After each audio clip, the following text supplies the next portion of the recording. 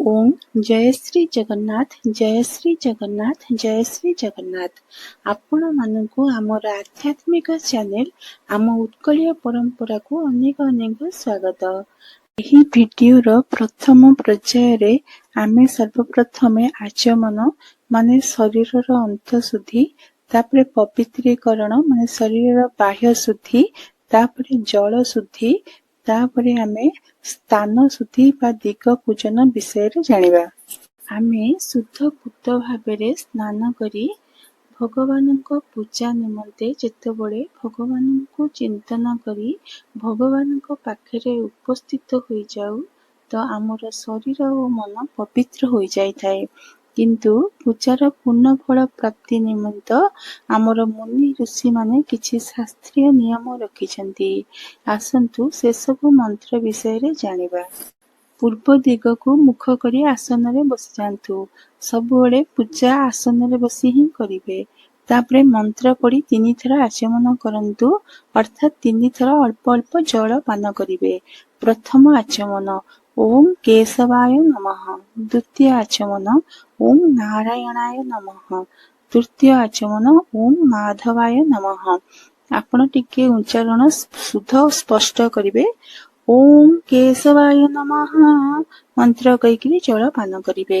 ଓಂ ନାରାୟଣାୟ ନମଃ ମନ୍ତ୍ର ପଢ଼ିକିରି ଜଳପାନ କରିବେ। ଓಂ ମାଧବାୟ ନମଃ କହିକି ଜଳପାନ କରିବେ। ଅର୍ଥ କେଶବ ଭଗବାନଙ୍କୁ ନମସ୍କାର, ନାରାୟଣ ଭଗବାନଙ୍କୁ ନମସ୍କାର, ମାଧବ ଭଗବାନଙ୍କୁ ନମସ୍କାର। ଆଚମନ ପରେ ପ୍ରତ୍ୟେକ ମନ୍ତ୍ରରେ ଅଳ୍ପ ଅଳ୍ପ ଜଳ ଗ୍ରହଣ କରାଯାଏ। आचमन मुद्रा को गोकर्ण मुद्रा कुहाଯାଏ। पुस्तकରେ ଲେଖା ଅଛି आचमन न करने पर हमारा समस्त कृत्य व्यर्थ हो जाता है, अर्थात आचमन न कले हमर समस्त पूजा कार्य व्यर्थ हेब। जलर मात्रा भी ଲେଖା ଅଛି ब्राह्मण को हृदय तक, क्षत्रिय को कंठ तक एवं वैश्य को तालु तक एवं शूद्र तथा महिला को जीभ तक पहुंच जाइए। हथेली को मोड़कर गाय की कान की तरह बना ले। कनिष्ठ अंगुली को अलग कर ले।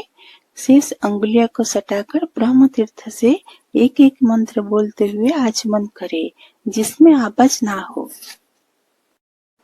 अर्थात आचमन समय रे काणी अंगुठी छाड़िबे, अन्य अंगुठी रे मिसाइबे नहीं। आचमन जल पान समय रे शब्द साउंड करी सु सा करी जल पान करिबे नहीं। जल को शोषिकी मध्य पान करिबे नहीं। हाथरू डायरेक्ट मध्य भागरू जल मध्य पान करिबे नहीं। हस्तर अग्रभागरू जाहाकू ब्रह्मतीर्थ कहती से अग्रभागरू जल पान करिबे। व्यस्त तर्तर हेबे नहीं, धैर्यर सहित करिबे। हस्त प्रक्षालन अर्थात आचमन परे हाथ धोइबा समय रे एही मंत्र पठन करिवे।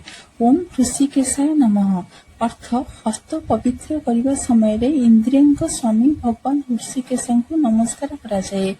अर्थ ऋषिकेशाय नमः कहा जाए कारण ऋषिकेश भगवान विष्णुंकर एक नाम। हस्त प्रक्षालन करिबा समय रे ओम ऋषिकेशाय नमः काहेकि कहा जाए, अन्य कौनसी नाम भगवानंकर काहेकि कहा जाए नहीं। ऋषिकेश भगवान विष्णुंकर एक नाम। ऋषिक इंद्रिय हाथ नाक कान आखि को बुझाए। ईश्वर अर्थ स्वामी बा अधिपति, सेतिपे ऋषिकेशर अर्थ इंद्रिय मानक स्वामी भगवान। हस्त प्रक्षालन समय रे आमे हाथ को पवित्र करूछु। हाथ मध्य एक इंद्रियर कार्य करे, तेणु से इंद्रियंक स्वामी भगवान को स्मरण करी ओं ऋषिकेशाय नमः कहा जाए। यहाकू भक्ति भावरे होउची हे भगवान आम हाथ एवं इंद्रिय मानकू पवित्र और शुभ कार्य लगांतु। ग्रंथरे मध्य मु आपनको दिखाई दीजिए। आचमन के बाद अंगूठी के मूल भाग से ओठों को 2 बार पोंछ कर ओं ऋषिकेशाय नमः बोलकर हाथ धोले। फिर अंगूठे से नाक, आँखों और कानों को स्पर्श करे। अर्थात आचमन परे ओठों को 2 थर अंगूठीर मूल भाग रे स्पर्श करिवे। तापरे ओं ऋषिकेशाय नमः कहिकिरे हाथ धोइबे। तापरे नाक, आखि एवं कान को स्पर्श करिवे। ग्रंथ ମୁଁ ଆପଣଙ୍କୁ दिखाई देइछि शास्त्र वर्णित अछि आचमन बैठकर करना चाहिए किंतु घुटने से ऊपर जल में खड़े होकर यह आचमन किया जा सकता है। जब जल घुटने से कम हो तो यह पथ लागू नहीं होता, तब बैठकर ही आचमन किया जाना चाहिए। अर्थात आचमन सबुबले बसिकरी करिवे किंतु जलरे आचमन छिड़ा होई करिपारिबे जदि जल आंठू उपरकू थिबो। पवित्रीकरण बा शरीरर बाह्य शुद्धि मंत्र पढ़ी कुश द्वारा निज उपरे जल सिंचन करी निजर बाह्य शुद्धि करिवे बा निजको पवित्र कराइबे एवं समस्त पूजा सामग्री उपरे जल सिंचन करी समस्त पूजा सामग्री को मध्य पवित्र कराइदेबे। ओम अपवित्रः पवित्रो वा सर्वावस्थां गतोऽपि वा यह स्मरेत् पुण्डरीकाक्षीं सह बाह्याभ्यन्तरः शुचिः। ओम पुण्डरीकाक्षः पुनातु ओम पुण्डरीकाक्षः पुनातु ओम पुण्डरीकाक्षः पुनातु माम्। पापहं पापकर्माहं पापात्मा पापसंभवः त्राहि मां पुण्डरीकाक्ष सर्वपाप हरो हरिः सर्वक्लेश हरो हरिः सर्वदुःख हरो हरिः। आपण मंत्रटी आपण एपरि भाबरे उच्चारण करिवे, याठार मध्ये आपण आहुरी स्पष्ट भाबरे उच्चारण करि परिबे। ओम अपवित्रः पवित्रो वा सर्व अवस्थां गतोऽपि वा यः स्मरेत् पुण्डरीकाक्षं स बाह्याभ्यन्तर शुचिः। ओम पुण्डरीकाक्षः पुनातु ओम पुण्डरीकाक्षः पुनातु ओम पुण्डरीकाक्षः पुनातु माम्। पापहं पापकर्माहं पापात्मा पापसंभवः त्राहि मां पुण्डरीकाक्षः सर्वपाप हरो हरिः सर्वक्लेश हरो हरिः सर्वदुःख हरो हरिः।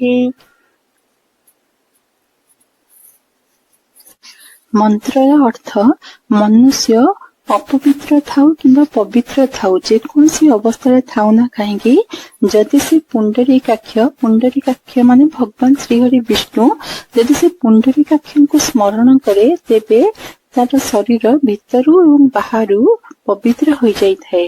हे पुंडरीकाक्ष मते पवित्र करंतु। हे प्रभु पुंडरीकाक्ष मु पापी पाप कर्म करुथिबा जीवात्मा आपण मते रक्षा करंतु। हे पुंडरीकाक्ष भगवान श्रीहरि विष्णु आपण मोर समस्त पाप को हरण करंतु, मोर समस्त क्लेश को हरण करंतु एवं मोर समस्त दुख को हरण करंतु। जय श्री जगन्नाथ। मु एठारे दुईटी कथा आपण मानकु जणाई आपण मानक ठारू क्षमा मागी नउछि। एई भिडियो रे मंत्र टाइप करिया समय रे किछि ग्रामर एवं स्पेलिंग रे भूल रही जाइतिला, सेगुडी को सुधारिया पे मु बहुत थोड़ा वीडियो को कट करी एडिट करिया को मते पड़िछि। सेति पई किछि स्थान रे साउंड रे टिके अस्वाभाविक शब्द आसीछि, माने पूरा वीडियो करिकि तापरे गोटे गोटे भूल पुणी आरंभ रे एडिट करिया को मते पड़ुथाए, जना पड़ु न थाए किंतु बहुत बार चेक कला परे केउठी मात्रा रे छाड़ी देछि तो केउठी शब्दर उच्चारण मध्ये भूल रही जाई थाए। मु नुआ भाबरे एडिटिंग प्लस वीडियो सिखुथबारु एपरि त्रुटि देखा देछि। वीडियोटी टिके आग पछ मध्ये होई जाइछि, दया करी टिके टेक्निकल मिस्टेक को एडजस्ट करी वीडियो को देखिबे एवं मते क्षमा करिवे। जदि केउठी किछि मात्रा किंबा किछि भी भूल थाए मते निश्चय जणाइबा सहित क्षमा करिवे। मनुष्य मात्रा एक भूल एते चेक कला परे भी हुए तो आउ किछि त्रुटि केउठी काले रही जाइथिबो मु जानि पडु नथिबी। ई वीडियो रे 5टी मंत्र एककालीन रखिछि, आगो को 2टी मंत्र रे नचेत वीडियो करी ବୋଲି भाबिछि। आ भूल रहिबो नै, आगो को एई दिग प्रति मु निश्चय ध्यान देबी। आपण ने वीडियोटी को आवश्यक स्थान रे पॉज करी मंत्र गुडी को गुटे खाता रे लिखि परिबे। आपण मानको पूजा करिया पई सहज और सुविधा हो। आपण मानकर सहयोग मो पई सबठारु बड़ प्रेरणा। धन्यवाद। मोर द्वितीय भूल एई वीडियो रे आरंभ रु प्रथम पर्याय रे आसन शुद्धि मंत्र विषय अछि बोली कहि नाही, मते क्षमा करिवे। माने मु आचमन मंत्र पवित्रीकरण मंत्र जल शुद्धि मंत्र करि सरिला परे ମନକୁ ଆସିଲା ମୁଁ ତ ଆସନ ଶୁଦ୍ଧି ମନ୍ତ୍ର କହି ନାହିଁ। ଆସନ ଶୁଦ୍ଧି ମନ୍ତ୍ର ତ ମୁଁ ଛାଡ଼ି ଦେଇଛି। ପୁଣି ମୁଁ ପଛକୁ ଫେରିକି ଆସିଲି, ଭିଡ଼ିଓକୁ କଟ୍ କରିକିରି ଆସନ ଶୁଦ୍ଧି ମନ୍ତ୍ର ଆଡ୍ କଲି। ମତେ କ୍ଷମା କରିବେ। ଆସନ୍ତୁ ଜାଣିବା ଆସନ ଶୁଦ୍ଧି ମନ୍ତ୍ର। ଆସନ ଶୁଦ୍ଧି ମନ୍ତ୍ର। ଆସନରେ ବସି ମନ୍ତ୍ର ପଢ଼ି ନିଜ ଆସନର ଚାରି କୋଣରେ ଜଳ ସିଞ୍ଚିବେ କୁଶ ଦ୍ୱାରା। ଆସନକୁ ଶୁଦ୍ଧି ଓ ପବିତ୍ର କରାଇବେ। ଓಂ ପୃଥିବୀତ୍ୱୟା ଧୃତା ଲୋକା ଦେବୀତଂ ବିଷ୍ଣୁନା ଧୃତା ତ୍ୱଂ ଚ ଧାରୟ ମାଂ ଦେବୀ ପବିତ୍ରଂ କୁରୁଚାସନମ୍। ଉଚ୍ଚାରଣ ଓಂ ପୃଥିବୀତ୍ୱୟା ଧୃତା ଲୋକା ଦେବୀତଂ ବିଷ୍ଣୁନା ଧୃତା ତ୍ୱଂ ଚ ଧାରୟ ମାଂ ଦେବୀ ପବିତ୍ରଂ କୁରୁଚାସନମ୍। ଅର୍ଥ, ହେ ମା ପୃଥିବୀ ଦେବୀ, ଆପଣ ସମସ୍ତ ଲୋକଙ୍କୁ ଧାରଣ କରୁଛନ୍ତି। ଭଗବାନ ବିଷ୍ଣୁ ଆପଣଙ୍କୁ ଧାରଣ କରୁଛନ୍ତି। ହେ ଦେବୀ, ମୋତେ ମଧ୍ୟ ଆପଣ ଧାରଣ କରନ୍ତୁ ବା ଆପଣଙ୍କ କୋଳରେ ସ୍ଥାନ ଦିଅନ୍ତୁ ଏବଂ ମୋର ଏହି ଆସନକୁ ଶୁଦ୍ଧ ବା ପବିତ୍ର କରନ୍ତୁ। ଆମେ ଆସନ ପୂଜାରେ ଏଥିପାଇଁ ପୃଥିବୀ ମାତାଙ୍କୁ ପ୍ରାର୍ଥନା କରିବା, ଯେହେତୁ ଆମେ ତାଙ୍କ ଉପରେ ଆସନ ପକାଇ ପୂଜା କରିବା, ସେଥିପାଇଁ ଆମେ ତାଙ୍କୁ ପ୍ରାର୍ଥନା କରିବା। ଏଥର ଆସନ୍ତୁ ଜଳ ଶୁଦ୍ଧି ମନ୍ତ୍ର ଜାଣିବା। ଆପଣମାନଙ୍କୁ ଯଦି ମନ୍ତ୍ର ଉଚ୍ଚାରଣ କରିବାକୁ ଅସୁବିଧା ହେଉଛି, ମନ୍ତ୍ର ବଡ଼ ଶବ୍ଦ ଅଛି, ତେବେ ଆପଣମାନେ ମନ୍ତ୍ରକୁ ଭାଙ୍ଗି କରି ମଧ୍ୟ ସନ୍ଧି କରିକିରି ଆପଣ ମଧ୍ୟ ମନ୍ତ୍ର ଉଚ୍ଚାରଣ କରିପାରିବେ। ମନେକର ଅପାଂ ପତୟେ ଅପାଂ ଅପାଂ ପତୟେ ଅପାଂ ପତୟେ ପଢ଼ିବେ। ମନେକର ସର୍ବୋପଚାରାର୍ଥେ ଆପଣ ସର୍ବ ଉପଚାରାର୍ଥେ ପଢ଼ିବେ। ଗନ୍ଧାକ୍ଷତ ପୁଷ୍ପାଣି ସମର୍ପୟାମି, ଆପଣ ଗନ୍ଧ ଅକ୍ଷତ ପୁଷ୍ପାଣି ସମର୍ପୟାମି, ଏହିପରି ଭାବରେ ମଧ୍ୟ ଆପଣମାନେ ଉଚ୍ଚାରଣ କରିପାରିବେ। ଜଳ ଶୁଦ୍ଧି ମନ୍ତ୍ର। ଆପଣ ଅକ୍ଷତ, ପୁଷ୍ପ, ଚନ୍ଦନ ଏବଂ ଧୂପ ହାତରେ ଧରି ମନ୍ତ୍ର ପଠନ କରିବେ। ପ୍ରଥମ ଆଙ୍ଗୁଠି ଏବଂ ମଝି ଦୁଇ ଆଙ୍ଗୁଠିରେ ପୁଷ୍ପ ଧରିବେ। ପୁଷ୍ପରେ ଟିକେ ଚନ୍ଦନ ଲଗାଇଦେବେ। ଇଣ୍ଡେକ୍ସ ଫିଙ୍ଗର ଏବଂ ଛୋଟ ଆଙ୍ଗୁଠି, ଏ ଦୁଇ ଆଙ୍ଗୁଠି ପୂଜା କାର୍ଯ୍ୟରେ ଲାଗେ ନାହିଁ, ଏତେ ଟିକେ ଧ୍ୟାନ ଦେବେ। ମନ୍ତ୍ର ପଠନ କରିସାରିଲା ପରେ ଯେଉଁ ପୁଷ୍ପ, ଅକ୍ଷତ, ଚନ୍ଦନ ଏବଂ ଧୂପ ଆପଣ ହାତରେ ଧରିଥିଲେ, ସେସବୁକୁ ଜଳ ବାଲ୍ଟିରେ ଦେବେ। ଏହି ମନ୍ତ୍ର ପଢ଼ିକରି ଆପଣ ଜଳକୁ ଶୁଦ୍ଧ, ଶକ୍ତ ଏବଂ ପବିତ୍ର କରାଇବା ସହିତ ଜଳରେ ସମସ୍ତ ଦେବୀ, ନଦୀ ଏବଂ ତୀର୍ଥଙ୍କୁ ଆବାହନ କଲେ ବା ସ୍ଥାନ ଦେଲେ ଏବଂ ଜଳର ଦେବତା ବରୁଣ, ଯେ କି ସମୁଦ୍ର ଦେବତା, ତାଙ୍କୁ ଆପଣ ସେଇ ଜଳରେ ଆବାହନ କଲେ, ସ୍ଥାନ ଦେଲେ, ପ୍ରତିଷ୍ଠା କଲେ। ମନ୍ତ୍ରଟି ଏହିପରି ଭାବରେ ଉଚ୍ଚାରଣ କରିବେ। ଓಂ ଶାନୋ ଦେବୀରଭୀଷ୍ଟୟ ଆପୋ ଭବନ୍ତୁ ପୀତୟେ ସାୟୋରଭିସ୍ରବନ୍ତୁ ନଃ ଗଙ୍ଗେ ଚ ଯମୁନେ ଚୈବ ଗୋଦାବରୀ ସରସ୍ୱତୀ ନର୍ମଦେ ସିନ୍ଧୁ କାବେରୀ ଜଲେସ୍ମିନ୍ ସନ୍ନିଧିଂ କୁରୁ।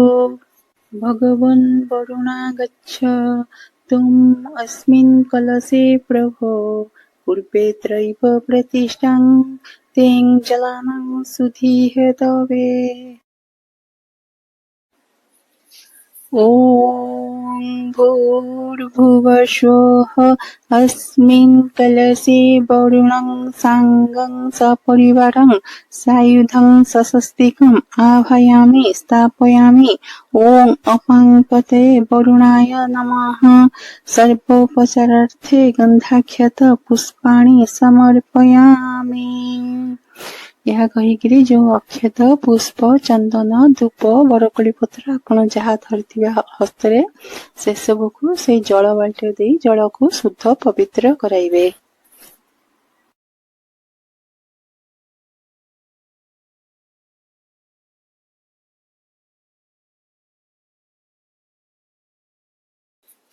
ମନ୍ତ୍ରର ଓଡ଼ିଆ ଅର୍ଥ। ହେ ଦିବ୍ୟ ଜଳଦେବୀ ମାନେ, ଆମ ପାଇଁ ମଙ୍ଗଳମୟ ହୁଅନ୍ତୁ। ଏହି ଜଳ ଆମକୁ ପବିତ୍ରତା, ଶାନ୍ତି ଓ କଲ୍ୟାଣ ପ୍ରଦାନ କରନ୍ତୁ। ହେ ଗଙ୍ଗା, ଯମୁନା, ଗୋଦାବରୀ, ସରସ୍ୱତୀ, ନର୍ମଦା, ସିନ୍ଧୁ ଓ କାବେରୀ ନଦୀ ଦେବୀ ମାନେ, ଏହି ଜଳରେ ଆପଣମାନେ ବିରାଜ କରନ୍ତୁ। ହେ ବରୁଣ ଦେବ, ଏହି କଳସରେ ଆସନ୍ତୁ। ଏହି ଜଳର ପବିତ୍ରତା ପାଇଁ ଆପଣ ଏହି ଜଳରେ ନିଜର ପ୍ରତିଷ୍ଠା କରନ୍ତୁ ବା ନିଜେ ବିରାଜ କରନ୍ତୁ। ଏହି କଳସରେ ବରୁଣ ଦେବଙ୍କୁ ସପରିବାର ଓ ସମସ୍ତ ଶକ୍ତି ସହିତ ଆବାହନ କରି ସ୍ଥାପନ କରୁଛି। ହେ ବରୁଣ ଦେବ, ଆପଣଙ୍କୁ ନମସ୍କାର। ସମସ୍ତ ପୂଜା କାର୍ଯ୍ୟ ସିଦ୍ଧି ପାଇଁ ଏହି ମନ୍ତ୍ରାକ୍ଷତ ଓ ପୁଷ୍ପ ଆପଣଙ୍କୁ ସମର୍ପଣ କରୁଛି। ପୂଜନ ମନ୍ତ୍ର ବା ସ୍ଥାନ ଶୁଦ୍ଧି ବା ଭୂତ ଅପସାରଣ ଶୁଦ୍ଧି ମନ୍ତ୍ର। ଏହା ସାଧାରଣତଃ ଗୋଟିଏ ପୂଜାର ମନ୍ତ୍ର ଅଟେ, କିନ୍ତୁ ଭିନ୍ନ ଭିନ୍ନ ଶବ୍ଦ ବିଭିନ୍ନ ମନ୍ତ୍ର ପୁସ୍ତକରେ ପ୍ରୟୋଗ କରାଯାଇଛି। ଆମେ ପ୍ରତ୍ୟେକ ପୂଜାରେ ଦିଗ ପୂଜନ ବା ସ୍ଥାନ ଶୁଦ୍ଧି ବା ଭୂତ ଅପସାରଣ ଶୁଦ୍ଧି ମନ୍ତ୍ର କରିବା ଉଚିତ, କାରଣ ଏହା ଦ୍ୱାରା ଆମେ 10 ଦିଗର ଅଧିଷ୍ଠାତ୍ରୀ ଦେବାଦେବୀଙ୍କୁ ପୂଜା କରିବା ଦ୍ୱାରା ସେହି ସ୍ଥାନର ନେଗେଟିଭିଟି ବା ନକାରାତ୍ମକ ଶକ୍ତି ଦୂର ହୋଇଥାଏ। ଦେଖନ୍ତୁ, ମନ୍ତ୍ର ପୁସ୍ତକ ବହି ମୁଁ ଆପଣମାନଙ୍କୁ ଦେଖାଇ ଦେଇଛି। रक्षा विधान: बाएं हाथ में अक्षत, पीली सरसों द्रव्य और 3 तार की मूली नारा लेकर दाहिने हाथ से ढककर नीचे लिखे मंत्र से अभिमंत्रित करे। आसंतु मंत्र पढ़िबा। मंत्र पढ़ी करी एही अक्षत, मूली आउ सोरिष को आमे अभिमंत्रित करिबा एही मंत्र द्वारा। अक्षत माने अभंगा अरुआ चाउल पूजा कार्य सबुबले हलदी मिशा अक्षत पूजा कार्य लगाइबे, किंतु महादेव मस्तक जितेबाला अक्षत अर्पण करिवे कौनसी अभिलाषा रखी सेतेबाला हलदी मिसाइबे नहीं, एटी को ध्यान रखिबे। तेणु सर्वप्रथमे बाम हाथ रे अल्प अक्षत हलदी मिशा एवं हलदिया सोरिष नेकी रखंतु। तापरे गोटे रक्षा सूता बा मोली को 3 सूता विशिष्ट करी हाथ रे रखिबे, अर्थात गोटे चाखुंडे रक्षा सूता बा गोटे मोली नेबे, ताकू राउंड राउंड करी गुड़ाई हाथ रे रखिबे। या परे डाहाण हाथ को बाम हाथ उपरे रखिकी ढांकिबे एवं एही श्लोक गुड़िकर मंत्र उच्चारण करिवे। ओम गणाधिपं नमस्कृत्य पितामहं विष्णुं रुद्रं श्रियं देवीं वन्दे भक्त्या सरस्वतीं। स्थानाधिपं नमस्कृत्य ग्रहनाथं निशाकरं धरणीगर्भसम्भूतं शशिपुत्रं बृहस्पतिं। दैत्याचार्य नमस्कृत्य सूर्यपुत्रं महाग्रहं राहुं केतुं नमस्कृत्य यज्ञारम्भे विशेषतः शक्राद्या देवताः सर्वाः मुनिंश्चैव तपोधनान्। गर्गं मुनिं नमस्कृत्य नारदं मुनिसतमं वसिष्ठं मुनिशार्दूलं विश्वामित्रं च गोभिलं। व्यासं मुनिं नमस्कृत्य सर्वशास्त्र विशारदम्। विद्याधिका ये मुनय आचार्यश्च तपोधनाः तान् सर्वान् प्रणमाम्यहं यज्ञरक्षा करान् सदा। एथर आमर अक्षत, मूली बा रक्षा सूता एवं सोरिष मंत्र द्वारा अभिमंत्रित हो सारिछि। या परे आसंतु जानिबा एही अभिमंत्रित द्रव्य सबको कौन करिबा, शास्त्र रे कौन उल्लेख अछि। आसंतु पढ़िबा सांगोइकरी कौन लिखा है शास्त्र रे। इसके बाद हाथ की मूली नारा को गणेश जी के सम्मुख रख दे, फिर इसे उठाकर गणपति आदि आवाहित देवताओं पर चढ़ाइए तथा उसमें से पहले पूजक आचार्य को और आचार्य पूजकों को रक्षा बांधे। अर्थात यहाँ परे अभिमंत्रित हाथरे थिबा 3 राउंड विशिष्ट रक्षा सूता बा मूली को श्री गणेश देवतांक सम्मुखरे रखिदबा। तापरे आमे सेही मूली जेउ रील थिबो श्री गणेश आदि आवाहन देवता माननकु चढ़ाइबा। माने जेउठी हमर देवतांक पूजा कार्य आवश्यक हेबो रक्षा सूता बा मूलीर आमे व्यवहार करि परिबा। सेही रक्षा सूतारु प्रथमे पूजक माने जे पूजा कार्य कर्ता होइथिबे से प्रथमे आचार्य को माने ब्राह्मण को एवं ब्राह्मण पूजक माने जे पूजा करथे तांकु जजमान को आजे, जजमान को रक्षा सूता बांधी देबे। किंतु वर्तमान आपण एही अभिमंत्रित 3 राउंड विशिष्ट रक्षा सूता को बा मूली को गोटे ठाकुरंक प्लेट रे सुरक्षित स्थान रे रखिथांतु। कलश स्थापना कर सारा परे एही मूली बा रक्षा सूताकू बा कलश उपरे रखिदेवे। रक्षा सूताकू कलश उपरे रखिदेवे। नचे जदि पूजा मंडपरे आपण श्री गणेश देवतांकू आह्वान करूचंती बा स्थान दउचंती तेबे श्री गणेश देवतांक पाद पाखरे रखिदेवे एवं संकल्प परे रक्षा सूताकू आपण ब्राह्मणଙ୍କ द्वारा जदि पूजा कार्य करुथिबे तेबे ब्राह्मण आपणଙ୍କ हस्तरे बांधी देबे। नचेत पूजा सरला परे पितामाता गुरुजन सेमाने संतान मानक हस्तरे बांधी देबे। जदि पति पत्नी पूजा करुथिबे उभय तेबे पति पत्नी का हाथ रे बांधी देबे, पत्नी पति का हाथ रे बांधी देबे, किंतु शुद्ध पुता भाबरे रहिबाकू पड़िबो जे रक्षा सूता बांधिबे। केतक अंचଳରେ परंपरा अनुसारे रक्षा सूताकू संकल्प परे बंधा जाए ताकि पूजा कार्य किपरि निर्विघ्न रे हेबो एवं आशीर्वाद और रक्षा कवच भाबे बंधा जाइताए। आउ केतक अंचଳରେ पूजा शेष रे रक्षा सूता बंधा जाए शुभ प्रतीक बा आशीर्वाद भाबरे। आपण मानकू जोटा ठीक लागिबो आपण माने सेपरि करिवे। एही रक्षा सूता अत्यंत शुभ प्रतीक अटे। आम सनातन संस्कृति रे एकु हेय मन करिवे नाही, कारण मंत्र द्वारा अभिमंत्रित करिसंती आपण माने एही रक्षा सूताकू। एही रक्षा सूतारे समस्त देवदेवीଙ୍କ आशीर्वाद थाए। एही रक्षा सूताकू बांधिबार मंत्र मध्य शास्त्र रे उल्लेख अछि। परवर्ती भिडियो रे आमे निश्चय जानिबा। वर्तमान आसंतु जानिबा हातरे थिबा अभिमंत्रित अक्षत आउ हळदिया सोरिषको आमे कौन करिबा, कौन शास्त्र रे उल्लेख अछि, आसंतु आमे पढ़िबा जानिबा। अब निम्नलिखित मंत्रों से 10 दिशाओं में अक्षत तथा पीली सरसों छोड़े। अर्थात आमे यही मंत्र पढ़ी करी 10 दिग को अक्षत आउ सोरिष पकाइबा। किंतु यही मंत्र जानिबा पूर्वरु आसंतु आमे अभिमंत्रित मंत्रर अर्थ जानिनबा। थोड़ा आसंतु आमे मंत्रर अर्थ सब जानिनबा। प्रथम पंक्ति ओम गणाधिपं नमस्कृत्य पितामहं विष्णुं रुद्रं श्रियं देवीं वंदे भक्त्या सरस्वती।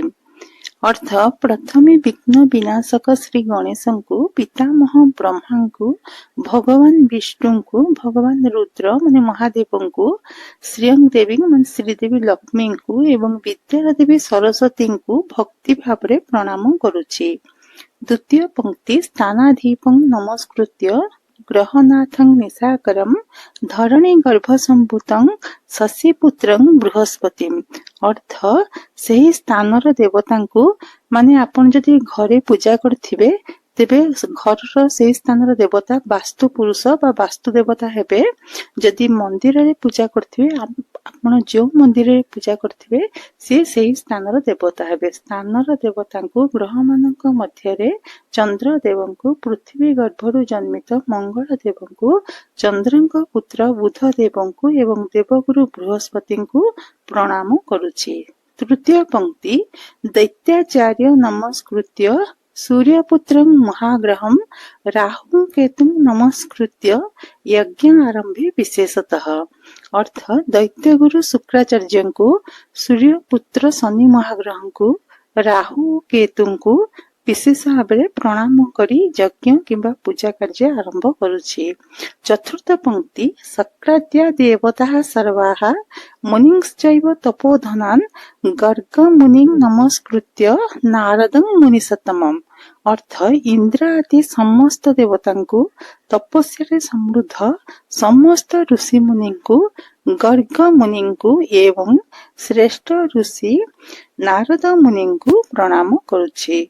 पंचम पंक्ति वसिष्ठं मुनिशार्दूलं विश्वामित्रं च गोविलं व्यासं मुनिं नमस्कृत्य सर्वशास्त्र विशारदम्। अर्थ महर्षि वसिष्ठंकु, विश्वामित्रंकु, गोविल ऋषिंकु एवं समस्त शास्त्र रे पारंगत वेदव्यास मुनिंकु प्रणाम करुछि। वर्तमान आमे षष्ठ पंक्ति जानिबा। विद्याधिका ये मुनय आचार्यश्च तपोधनाः तान् सर्वान् प्रणमाम्यहं यज्ञ रक्षाकरन् सदा। ଯେଉଁ ମୁନିମାନେ ବିଦ୍ୟାରେ ଶ୍ରେଷ୍ଠ ଏବଂ ଯେଉଁ ଆଚାର୍ଯ୍ୟମାନେ ତପସ୍ୟାକୁ ନିଜର ଧନ ଭାବରେ ଧାରଣ କରିଛନ୍ତି, ସେହି ସମସ୍ତଙ୍କୁ ମୁଁ ପ୍ରଣାମ କରୁଛି। ସେମାନେ ସଦା ଯଜ୍ଞର ରକ୍ଷା କରନ୍ତୁ। ଜୟ ଶ୍ରୀ ଜଗନ୍ନାଥ। ମନ୍ତ୍ରର ସାରାଂଶ। ଏହି ଶ୍ଲୋକରେ ଆମେ ଶ୍ରୀ ଗଣେଶ, ଭଗବାନ ବ୍ରହ୍ମା, ବିଷ୍ଣୁ, ମହେଶ୍ୱର, ମା ଲକ୍ଷ୍ମୀ, ଦେବୀ ସରସ୍ୱତୀ, ନବଗ୍ରହ, ଇନ୍ଦ୍ରାଦି ଦେବତା, ନାରଦ, ଗର୍ଗ, ବଶିଷ୍ଠ, ବିଶ୍ୱାମିତ୍ର, ଗଭୀର ଆଦି ଋଷି, ବ୍ୟାସ ଆଦି ମହର୍ଷି ଏବଂ ସମସ୍ତ ଆଚାର୍ଯ୍ୟଙ୍କୁ ପ୍ରଣାମ କରି ପ୍ରାର୍ଥନା, ଅନୁମତି ଓ ଆଶୀର୍ବାଦ ନେଇ ପୂଜା କିମ୍ବା ଯଜ୍ଞର ଶୁଭାରମ୍ଭ କରିବାକୁ ଯାଉଛେ। ଜୟ ଶ୍ରୀ ଜଗନ୍ନାଥ। ଏହି ଭିଡ଼ିଓଟି ବହୁତ ଲମ୍ବା ହୋଇଗଲାଣି, ତେଣୁ ଏହି ଭିଡ଼ିଓଟିକୁ ଏଇଠି ରଖୁଛି। ଆକ୍ଚୁଆଲି ମନ୍ତ୍ର ସବୁ ଖୁବ୍ ବେଶୀ ହେଲେ ପାଞ୍ଚ ମିନିଟ୍ ଲାଗିବ। ଫାଷ୍ଟ 7 ମିନିଟ୍ ଲାଗିବ, ତାପରେ 5 ମିନିଟ୍ ଲାଗିବ ଆପଣଙ୍କ ଅଭ୍ୟାସ ହେଇଗଲେ।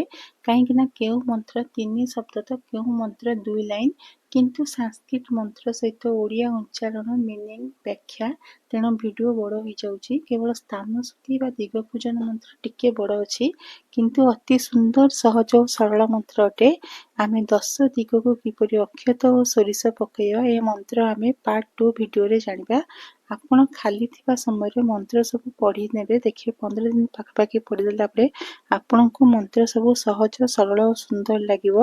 ଆପଣ ଭାବିବେ ଯେ କାହିଁକି ମୁଁ ଏ ମନ୍ତ୍ର ସବୁ ଆଗରୁ ପଢ଼ୁନଥିଲି, ଜାଣୁନଥିଲି। ଶେଷରେ ବିନମ୍ର ଅନୁରୋଧ, ପରମାତ୍ମା ପରମବ୍ରହ୍ମ ନାରାୟଣ ଶ୍ରୀ ଜଗନ୍ନାଥଙ୍କୁ ଆମ ହୃଦୟରେ ସ୍ଥାନ ଦେବା ଏବଂ କହିବା, ବୈଦିକ ସନାତନ ଧର୍ମର ସଦା ଜୟ ହେଉ। ଜୟ ଶ୍ରୀ ଜଗନ୍ନାଥ।